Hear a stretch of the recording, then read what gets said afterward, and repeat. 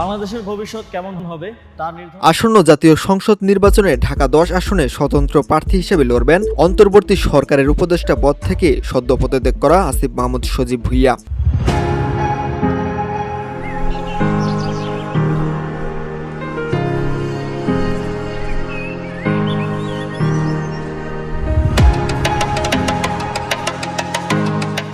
আজ শুক্রবার নিজের ভেরিফাইড ফেসবুক পেজে এক পোস্টে একথা জানান তিনি। নির্বাচনের ঘোষণা দিয়ে ফেসবুকে দেয়া ভিডিও বার্তায় আসিফ বলেন, বাংলাদেশের ভবিষ্যৎ কেমন হবে তা নির্ধারণ করার সুযোগ এসেছে দীর্ঘ 17 বছর পর।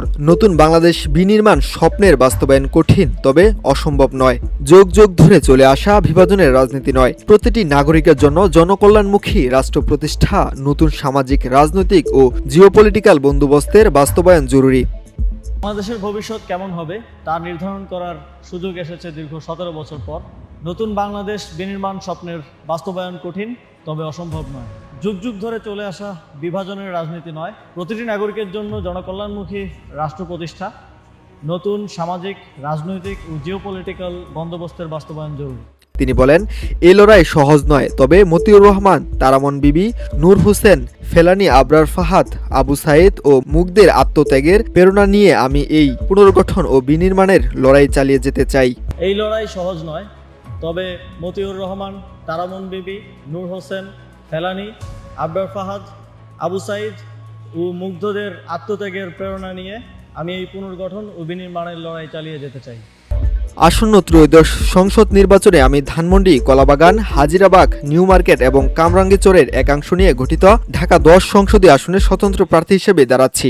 আসন্ন ত্রয়োদশ জাতীয় সংসদ নির্বাচনে আমি ধানমন্ডি, কলাবাগান, হাজারীবাগ, নিউ মার্কেট এবং কামরাঙ্গীরচরের একাংশ নিয়ে গঠিত ঢাকা 10 সংসদীয় আসনে স্বতন্ত্র প্রার্থী হিসেবে দাঁড়াচ্ছি।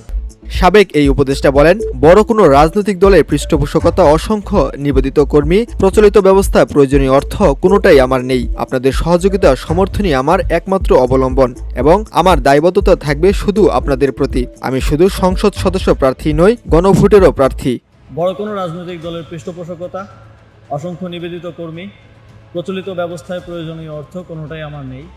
আপনাদের সহযোগিতা, সমর্থনই আমার একমাত্র অবলম্বন এবং আমার দায়বদ্ধতাও থাকবে শুধুমাত্র আপনাদের প্রতি। আমি শুধু সংসদ সদস্য পদপ্রার্থী নই, গণভোটেরও প্রার্থী। VOD Bangla news desk. সংস্কারের যে সুযোগ এসেছে তা বাস্তবায়নে গণভোটে হ্যাঁ ভোট দিন।